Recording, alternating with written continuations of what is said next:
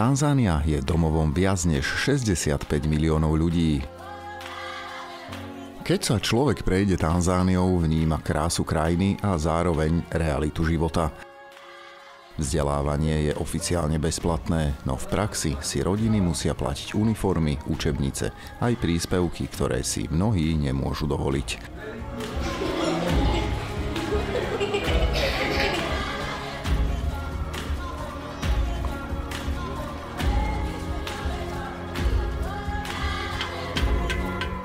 Triedy sú preplnené, niekedy so 100 žiakmi na jedného učiteľa. Priemerná žena tu porodí takmer 5 detí, čo kladie na rodiny obrovskú záťaž. Rodiny držia silno pokope, viaceré generácie žijú pod jednou strechou, navzájom si pomáhajú, delia sa o všetko. Na vidieku je chudoba najviditeľnejšia. Chýba voda, elektrina a aj základná zdravotná starostlivosť. Napriek tomu sú Tanzánčania ľudia plní nádeje a odhodlania a práve vzdelanie je pre nich cestou k lepšej budúcnosti.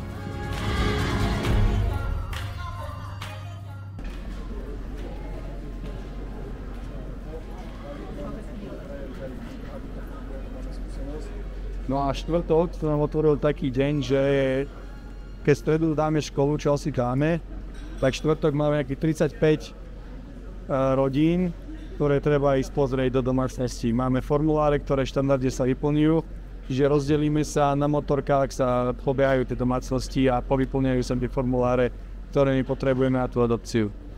Čiže to bude veľmi také zážitkové. Každá partia, no, keď dá 7 domácností, bude super.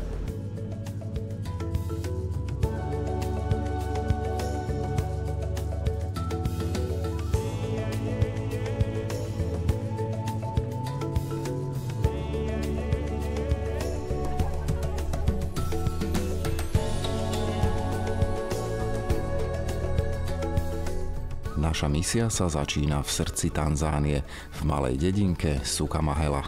Práve tu, uprostred vidieckej chudoby, buduje Peter Majerník pútnické miesto Kráľovnej pokoja. Sukamahela patrí medzi najchudobnejšie oblasti krajiny, preto sme sa rozhodli sústrediť našu pomoc práve sem, tam, kde je najviac potrebná. Dobre, tak srdečne vás veľmi vítam. No a cítite sa tu ako doma, keď vám bude akože niečo chýbať, alebo čo, kľudne sa obráte na mňa, na sestričky, v pohode, akože tak, ako doma. Cez túto misijnú cestu chceme nielen pomáhať najzraniteľnejším deťom, ale aj vytvárať priestor pre nás, Slovákov, aby sme sa osobne dotkli africkej reality a otvorili si srdcia pre druhých.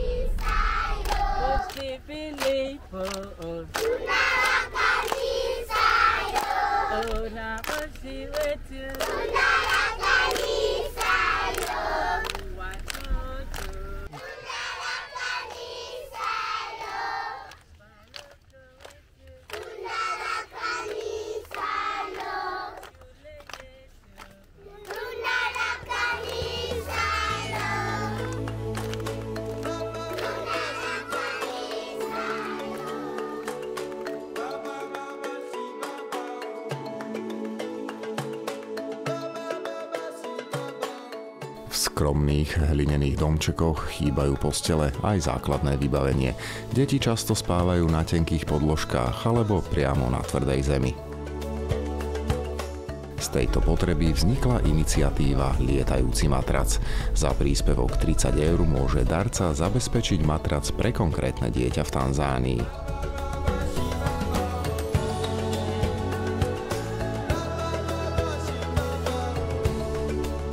Keď sme navštevovali rodiny v Tanzánii, pýtali sme sa detí, čo by si najviac prijali. Ich odpovede boli jednoduché, ale o to silnejšie. Chceli by spať na matraci.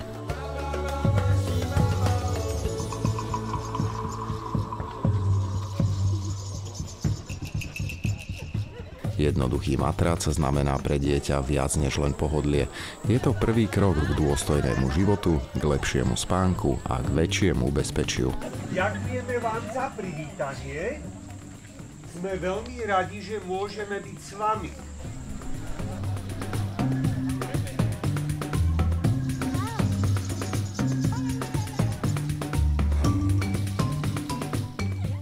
Madrace sú ľahké, odolné a vhodné do miestnych podmienok. Distribuujeme ich najmä prostredníctvom škôl, kde učitelia a sociálni pracovníci poznajú najzraniteľnejšie deti. Do dnešného dňa sme mohli vďaka tejto zbierke rozdať viac ako 1000 matracov. Otec Peter hovorí, toto je prvá pomoc, ale my dúfame, že tá spolupráca bude pokračovať aj s inými vecami. Aj takto sa snažíme meniť životy. Jednu noc, jedno dieťa, jeden príbeh za druhým. Meniť krajinu nie je jednoduché. Meniť životy ľudí nie je otázkou dní ani mesiacov. Jednou z ciest je začať s deťmi, formovať ich, vzdelávať, vytvárať prostredie, kde budú môcť rásť nielen po vedomostnej, ale aj po hodnotovej stránke. Preto sme v Tanzánii spustili projekt Adopcia na diaľku v spolupráci so Slovenskou katolíckou charitou. Program umožňuje slovenským darcom podporovať konkrétne deti, pokrývať ich školné, uniformy, učebnice a aj základné životné potreby. Skrátke, hneď po pravej strane táto pravá trieda je naša. Dovnútra sa oddelíme, zložíme si lavice, prážne, rozložíme sa, sami ešte urobíme a potom si dáme deti a ideme naša. Dobre?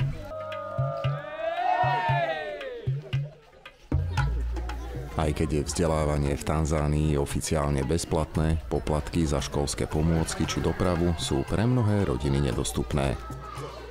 Kvalitné školy, najmä cirkevné, si môže dovoliť len málo kto. Projekt sme spustili 1. marca 2024 a k dnešnému dňu máme zapojených viac ako 700 detí. Každé podporené dieťa získava šancu na lepší život. Naším cieľom nie je len financovať školné. Snažíme sa vytvoriť podmienky, aby sa dieťa mohlo učiť, aby bolo zdravé, najedené, čisté a malo bezpečné prostredie. Zároveň veríme, že dlhodobé investovanie do vzdelania prinesie ovocie o niekoľko generácií.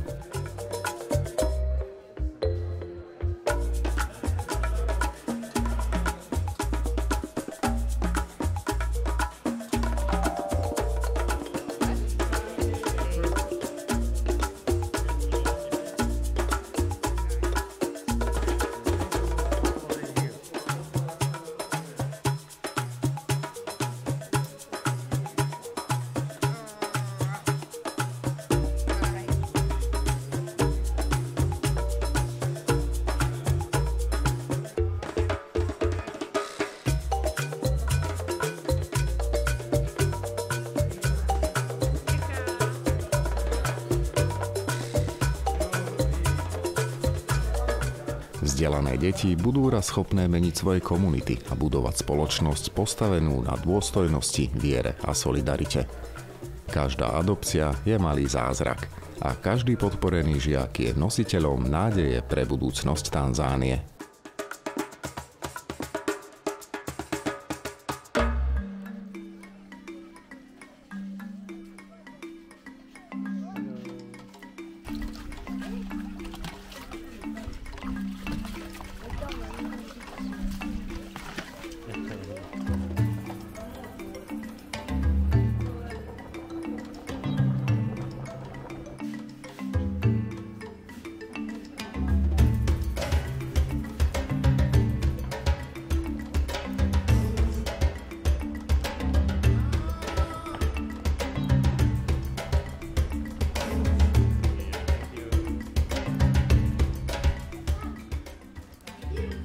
Občianske združenie Misie sa snaží vylepšiť stravovanie týchto detí a niekoľkokrát do týždňa namiesto nejakej kašičky tu majú naozaj niečo výživnejšie, kukuričné zrná, fazolu.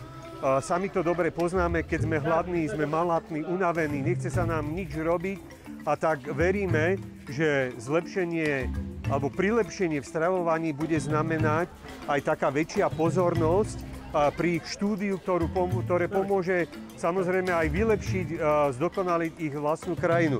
Ako vidíte, deti sa veľmi tešia, až sa tlačia, nevedia sa dočkať, kým dostanú jedlo, ktoré prichádza.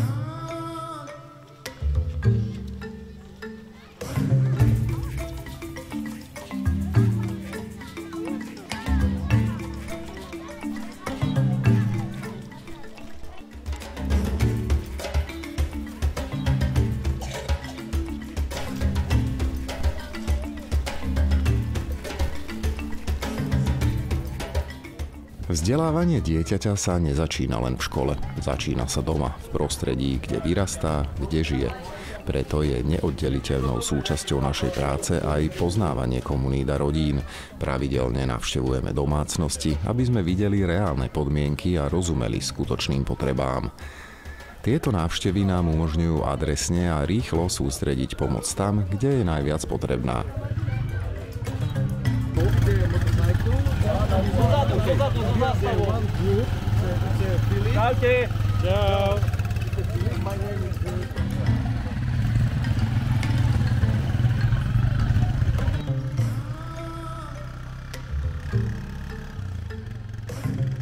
Každá rodina, každé dieťa má svoj príbeh, svoje zápasy, svoje sny. Súčasťou práce je aj pravidelné monitorovanie situácie. Životné podmienky sa môžu meniť veľmi rýchlo. Choroba, strata príjmu či nečakané udalosti dokážu rodinu poslať ešte hlbšie do núdze. Byť blízko znamená byť pripravený pomôcť v správnej chvíli. A za každou pomocou stojí konkrétne dieťa a jeho nádej na lepší zajtrajšok.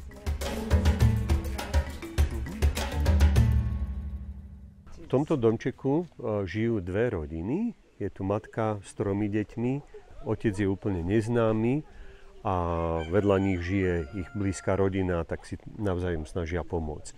Väčšina z týchto detí, ktoré nikdy nepôjdu do školy, budú alebo pastiermi, alebo obrábačmi polí. Oni ich tu volajú, že deti z ulice, ale ten hlavný dôvod, prečo tieto deti do školy nechodia, lebo si rodiny nevedia dovoliť zakúpiť uniformu a prispieť aj na to chudobné jedlo, ktoré v škole dostávajú. Čiže školská dochádzka samotná je zadarmo, ale ak rodina nemá na uniformu a na to školské jedlo, tak to dieťa vlastne zostáva takto pri dome a už pomáha, hrá sa, jednoducho vyrastá bez akéhokoľvek vzdelania.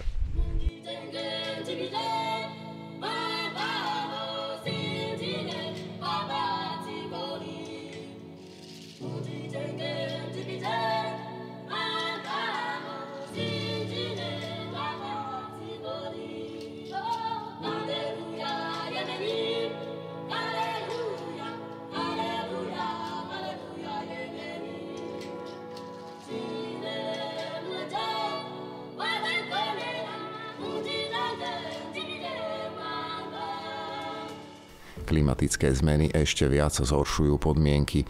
Poľnohospodárstvo, na ktorom závisí väčšina rodín, je neisté a pracovné príležitosti sú takmer nulové. Mnohí ľudia nemajú kam ísť, nemajú zdroje na zmenu. Ich život sa často točí len okolo hľadania jedla, vody a snahy zabezpečiť základné potreby. Práve preto veríme vo vzdelanie. Sme na návšteve u chudobnej ženy, ktorú pred sebou vidíte, volá sa Mária. Má 4 vlastné deti.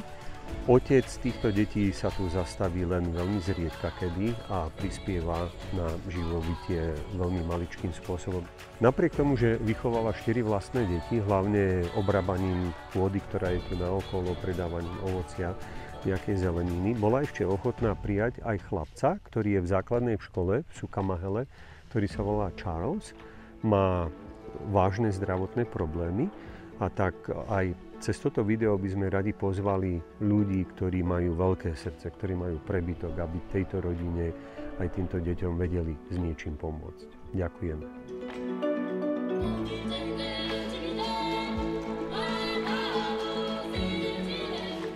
Život na vidieku v Tanzánii je o prežití. Domy sú jednoduché, stavané z hliny a dreva, bez elektriny, bez prístupu k čistej vode.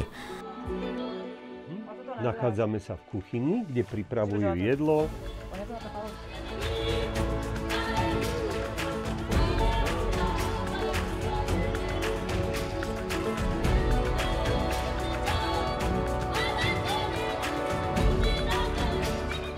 Vzdelanie je semienkom, ktoré dnes zasadíme a ktoré môže o niekoľko generácií neskôr priniesť zásadnú zmenu. Nie len v životoch jednotlivcov, ale aj v celej komunite. A táto nádej je tým, čo nás poháňa vpred.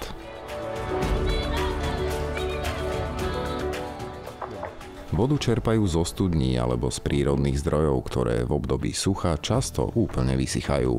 Obdobie dažďov síce prináša vodu, ale aj záplavy a poškodenie pôdy.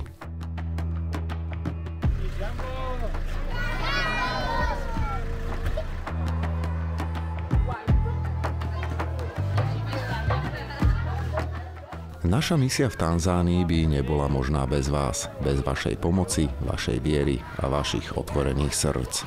Chceme sa zo srdca poďakovať každému, kto sa zapojil, či už finančne, modlitbou alebo osobnou účasťou na misiách.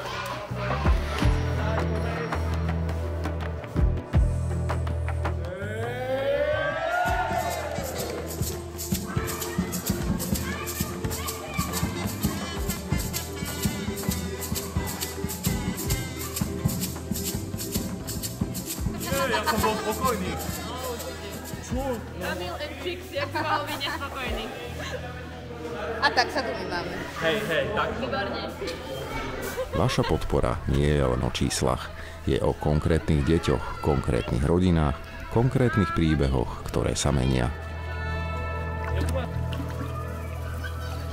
A tá modrá? No, o tom radšej nebudem hovoriť. To je zase iný príbeh. Ale to není detail. Ďakujeme všetkým, ktorí boli ochotní opustiť svoju komfortnú zónu, prekonať vzdialenosť tisícok kilometrov, vstúpiť do iného sveta a stať sa súčasťou tohto príbehu. Počkajte, ale ja nechcem sama. Čo máme za teba?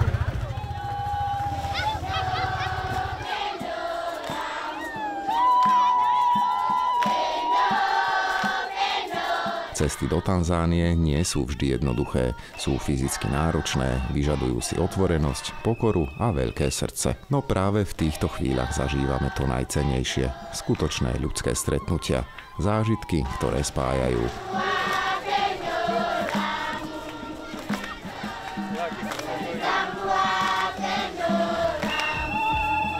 Chvíle, ktoré sa menia na priateľstvá a na putá, ktoré pretrvávajú aj po návrate domov.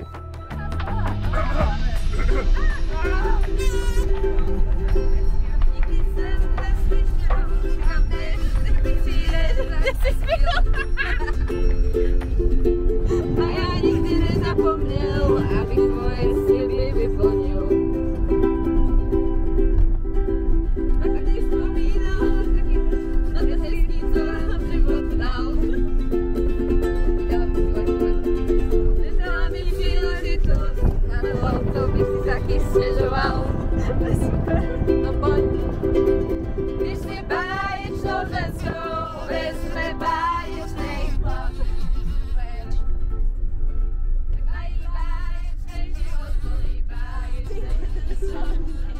I gotta love you, my throat, 'cause you gotta sing the words wrong. So chodíš.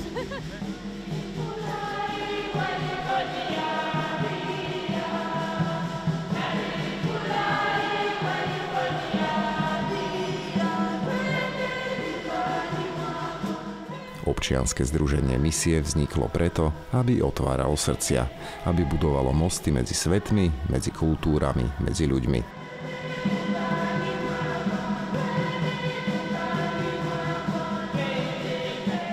Naša práca v Afrike je dôležitá, ale veríme, že skutočná misia sa nekončí návratom domov.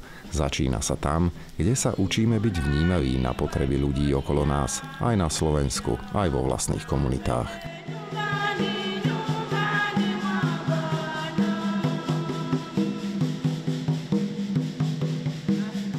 Afrika nás učí pokore. Učí nás radovať sa z maličkostí, vďačiť za to, čo máme a deliť sa bez očakávania odmeny. Vaša podpora mení životy. Každé dieťa, ktoré môže chodiť do školy, každá rodina, ktorá cíti, že nie je sama, každá komunita, ktorá získava nádej, to všetko je aj vašim dielom.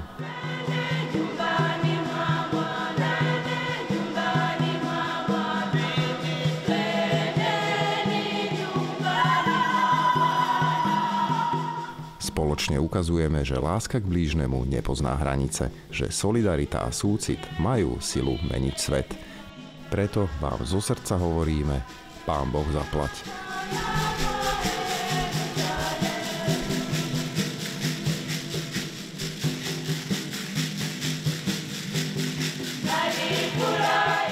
Ďakujeme, že ste súčasťou tejto cesty. Ďakujeme, že spolu môžeme meniť budúcnosť. Jednu pomocnú ruku, jedno otvorené srdce, jeden príbeh za druhým.